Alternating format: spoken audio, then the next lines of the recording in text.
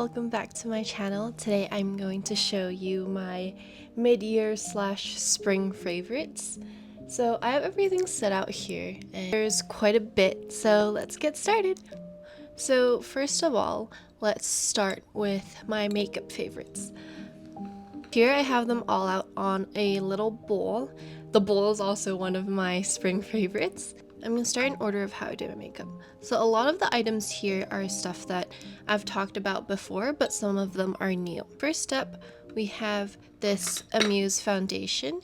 Dew Power Vegan Cushion. It has SPF in it, and I've been really enjoying this for kind of winter, spring, when it's not as hot and humid, because it has this really satiny, dewy finish that I really like. It's pretty high coverage as well, which I prefer in the winter, but in the summer I'll probably be using something different just because when it's a little more humid, so sweat really easily, I prefer something that's a little more lightweight and forgiving if it like smudges or like I sweat it off. So yeah, I've been really enjoying this cushion. I also added all these calico stickers on top of them, if you can see. So when I start putting stickers on things, it's how you know I like a product, because I plan to keep it. Next up, we have the Club Suppin powder. I just recently got this. I think the packaging definitely got me. This is My Melody packaging. And what I like about this powder is that look at the puff that comes with this powder. It's like a super big and fluffy puff. So then I can it's like really good to use. It's also scented, which I like, but if you have more sensitive skin or your skin's not doing so well, I wouldn't go with scented products. It's marketed as a skincare powder, but I don't know how much that is true. I find this powder to be very lightweight, and it's also really good at mattifying my face without like making it look cakey and look very thick. Next up, we have my contour. I think I've been using this for like a year or more.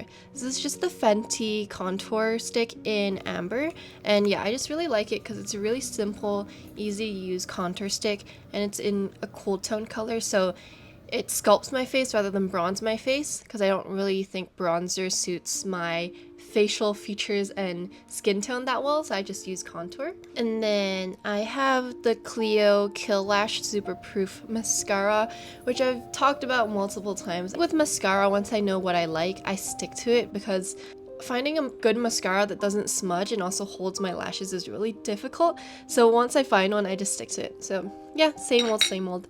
And another old product that I've been loving is this the Chanel Balm Essential in Transparent. And I just use this as a highlighter. I never really use powder highlighter anymore. I just use this. What I like to do, because my friend recently got this and she was asking me how to use this, is I just take the stick and I just rub my finger on top and then I just pat it on. Like, I just pat it on. And I find that that is the least disruptive to my base layer, and also it gives that really, really pretty, dewy, almost like sweaty glow. And then again, this is not a new product. This is the Dior Backstage Rosy Glow Blush. So popular, I think like 1 or 2 years ago. And I think I might have gotten this 3 years ago, but like it takes forever to use up. Like powdered blush takes forever to use up. But recently I've been grabbing this again because it's such an easy color to use, and it feels like it makes me glow, which is ironic because it's in the name. But I think I've noticed that I fit more cool tone blushes more, and I have it on today, and I just makes my skin look healthier and also glowier, and I look a little more radiant with this blush on. And it's also super easy to use because it's not sheer, but like it takes a while to build up, so I can just dab away with my blush brush without like fearing that I'll look like a clown. For lip products, these are all not new products. I think I've talked about them in the past. This is the Romand Lip Matte Pencil, a very easy to use lip pencil to overline your lips. It's pretty sheer and it blends into your own lip color really easily, and so I don't have to be as precise when I do this. Normally when I do this, I really just I just line my lips. I don't have to like be really careful or anything, which I really like. And then recently I've been using, you can probably tell a lot of these colors are more like cool tone brighter pinks because of spring and like the sun finally being out in Toronto. This is the Para Mood Lip Tint. I think it's called the Ink Mood Glowy Tint, and this is in the shade 04. I got this in Japan last year, and I just love the shade. It's a pretty bright cool tone pink, and I just love it in the spring and summer months because it elevates your mood and makes you look more like youthful and happy and like smiley, or it makes me more smiley. And last but not least is, of course, the Ole Henriksen lip balm. I love this lip balm. I think this is my favorite lip balm. I like that it can kind of double off as a gloss. If you put on a thicker layer, it's very glossy and shiny, but if you put on a thin layer, then it just acts as lip balm. It's very moisturizing, it keeps my lips protected, and it keeps my lips. And this is in the shade Lingonberry, and I think it has low glitter flecks in it, which I really like. So yeah, this is the lip combo I've been gravitating towards in the last couple of months. I've been using these pre-glued lashes a lot because my friend Victoria recommended them to me, and yeah, they've been so easy to use, and I think they just add like a little bit of oomph to my makeup look these days. And so yeah, I love these, and I love that you can reuse them like around 2 to 3 times. It's a fun little extra part of my makeup routine now. Oh yeah, and I totally forgot to mention, I have to take everything out. This is a plate that I bought off Facebook Market, and I've been loving this marmalade goose design so much. I just find it so pretty, and yeah, just wanted to share it. This is also one of my current favorites. I love using this bowl, and just like looking at it and eating from it makes me really happy. And since we're talking about plates, this is also another plate that I thrifted that I've been loving. I don't know why. I'm in my homeware like plate phase. This is also another thrifted plate that I found from a thrift store, and it just has these roses on them, and yeah, I just love this plate as well. Okay, next up, the thing that I'm always excited to talk about is fragrances. These are the 2 fragrances that I've been gravitating towards a lot recently. So this is Tears by Regime de Fleur and Tuberose du Mesquite.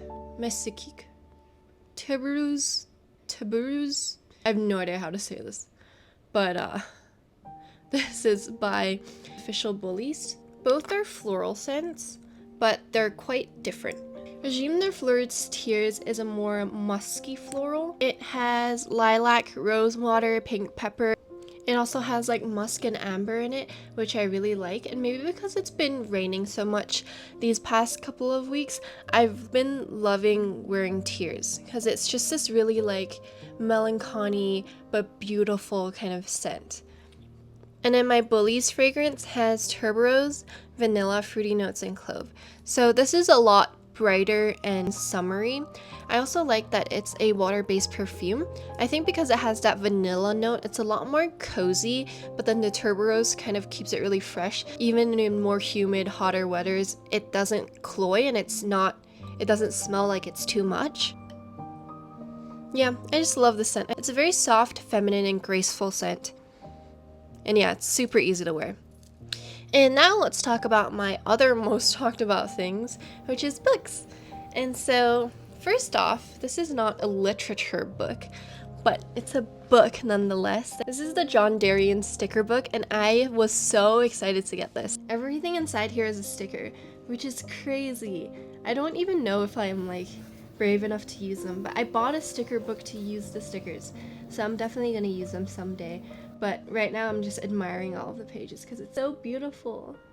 And now on to literature books. I've been reading a lot these past couple of months, but I picked out 3 books that I think are my favorites of these last few months. This was pretty difficult to choose just because I feel like there's so many books that I like, and each book has a different reason for why I like it, so it's so hard to like compare them with each other. So I ended up choosing The People in the Trees by Hanya Yanagihara.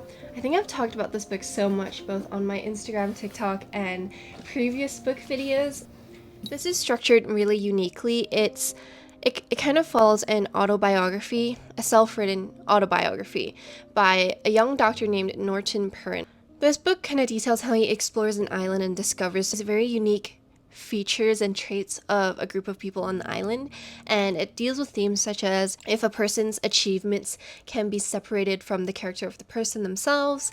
It questions moral objectivity, and overall I I just really enjoyed this book and how she structured everything and kind of how she unfolded the plot. I think you really have to read this to understand it, but yeah, you can tell how many notes I have made inside this book. And then the second book of my choosing is Notes from Underground by Dostoevsky, and I like this a lot more than Crime and Punishment, I think because it's a bit more philosophical, especially at the start where he just goes in a tangent and a rant about like his philosophy ideas and kind of gripe against the rationalization movement and how we're all trying to be more rational and just try and fit everything into a calculus. The book also critiques the ideas of modernity and if we can like infinitely progress to the most modern and rational state society can be in, and like why that's not necessarily the best thing or like what's problematic about that. I love philosophy. I think these few months have been my philosophy era. Maybe because I'm graduated and I don't have to read, I'm not forced to read certain philosophy texts anymore.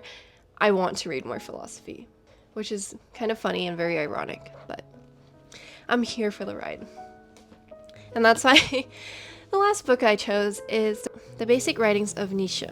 I have not finished this yet. I am very far from finishing it, but from what I've been reading, I really enjoy it. So this is basically a compilation of all, question mark? I think it's like all or most of his writings. And yeah, I think for a philosopher, he's very flamboyant and he uses a lot of writing style and prose that you would see in fiction writing, which makes it really interesting in tangent with philosophy because that's not the type of structure or terminology I'm used to reading with philosophy. So I've been really enjoying this read. Also might be because of the translation.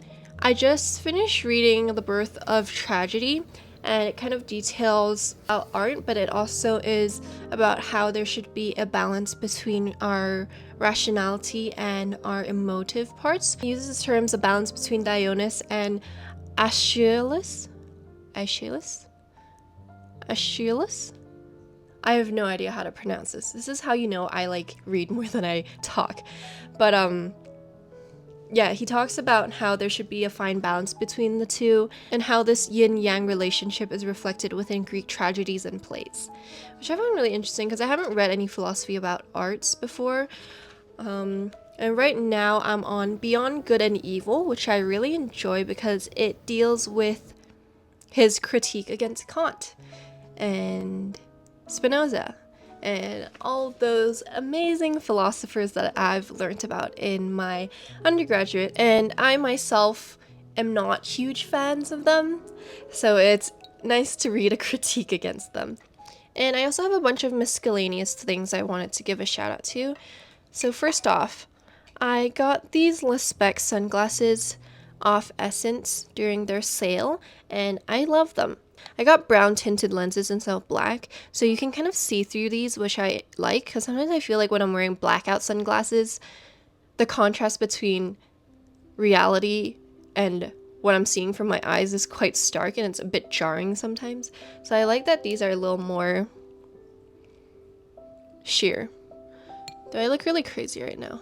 I don't think it fits my current outfit, but yeah, this is what they look like. They're great. I also got these because I wanted to find an oval pair of sunglasses because I think they suit my face shape a bit more. These are my fountain pens that I've been using lately. Both are Pilot because I don't know how to refill nibs, and I found this easier just to have cartilage inks instead of having to refill them manually. But I might invest in a actual nicer fountain pen in the future. One's in blue ink and one's in black ink, and I love this pink one so much because it has a golden nib, which is beautiful, and it's also this like really pastel kind of desaturated pink, which I really love. And then we have this comb. Again, this is also from Bullies, a mini comb with my name on it, and yeah, I just love it. I use it for my bangs and only for my bangs.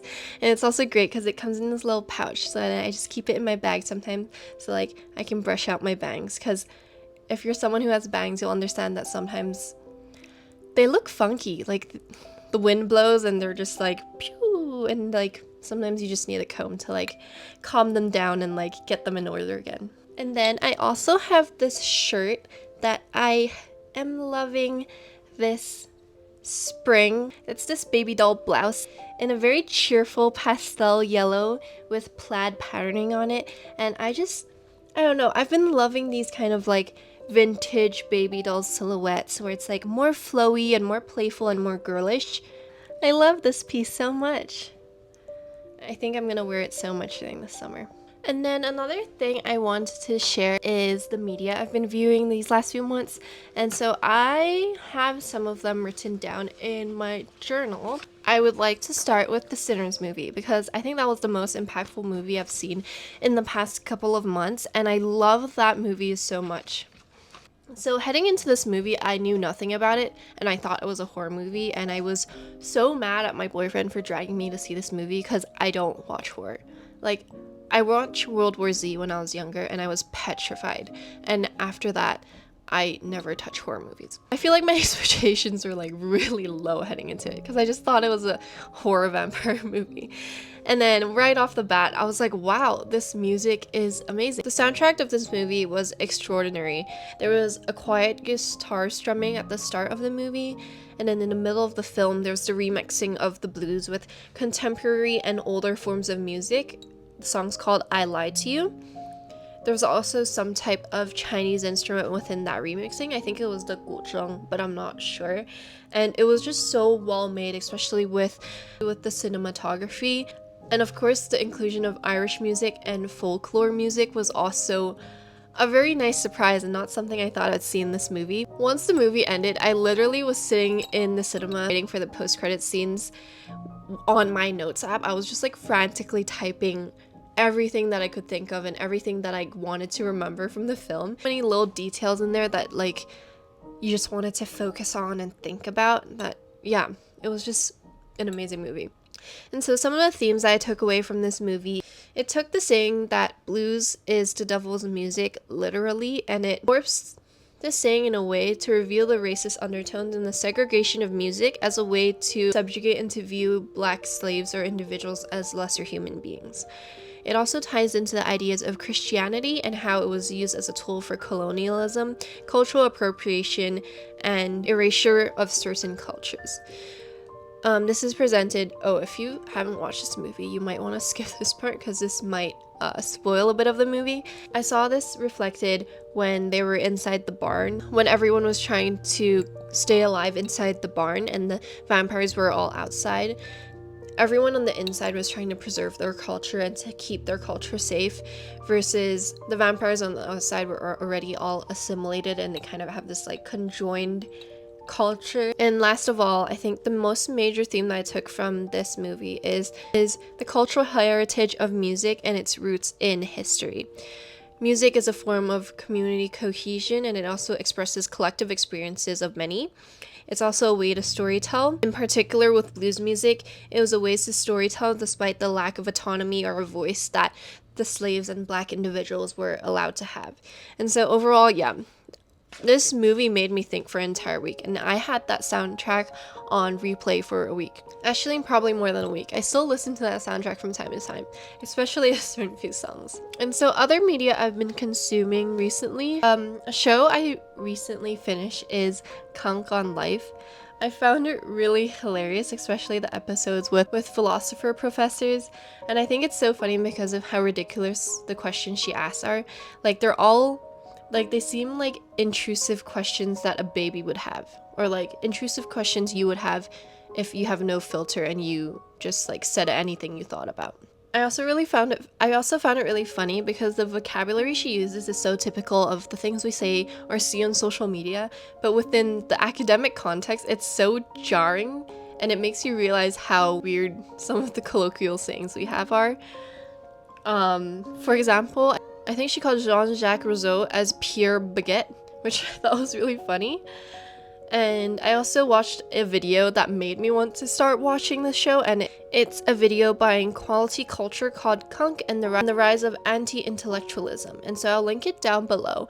But I just thought it was a very interesting video because it talks about how the episodes with Kunk reflects anti-intellectualism and the rise in disregard for the sciences or academic scholars. And the video also explains the different forms of anti-intellectualism that exist and the different harms that it can cause. So if you're interested in that, I have it linked down below and you can also check it out. And since we are on the topic of anti-intellectualism, there's also a Substack article that I read that was really interesting. It talks about how public intellectualism is evolving and shifting. So rather than there being a public intellectualist that's there to shape culture and opinion, nowadays there's not just one public intellectualist. The article kind of argues that there is no public intellectualist anymore, especially in this day and age where influencers hold the most power, and those are normally the individuals who are the most aesthetically pleasing or the most entertaining to watch, and those are the people who shape culture and opinion nowadays.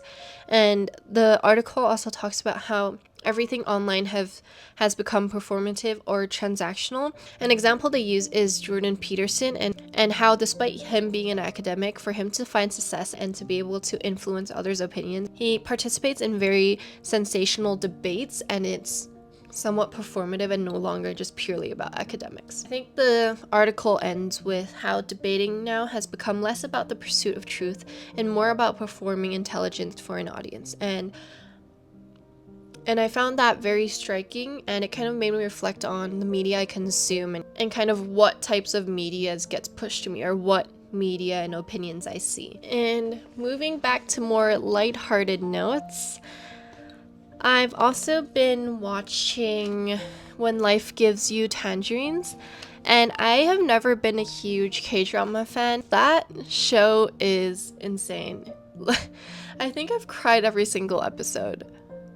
And a lot of times I'm not in the crying mood and I don't want to cry, but I watch the episode and I still cry. I think the show details the human experience really well. It kind of details the cyclical relationship of family. And I think right at the start of the episode, it kind of talks about how as children, we always view our parents to be more than human and to be kind of like superhuman and kind of there for us forever. As we grow up and we learn about their own experiences, we realize they're just like us. They're just human. This is also their first time on this earth, first time as parents, and they also struggle with life. And I think just seeing that on a screen was really impactful, and it made me cry a lot. And another movie that I watched recently is Chungking Express. I know it's crazy that I haven't watched any of Wong Kar-wai's films because I'm from Hong Kong. But anyways, I love the movie and how it wasn't very plot driven. It was more about an abstract concept, more focused on the portrayal of emotions and feelings. The color grading in the films are insane. Like, those are some beautiful color grading. And yeah, I really enjoy that film, and I think I'll check out Fallen Angels next. So yeah, I hope you guys enjoy this video, and let me know what your recent favorites have been. I would love to also kind of know and check new things out, especially if it's books or media. I post weekly every Saturday or Sunday, so if you like this video, feel free to subscribe and join my tiny community that consists of my parents, my boyfriend, and my really close friends. So yeah, I'll see you guys next time. Bye!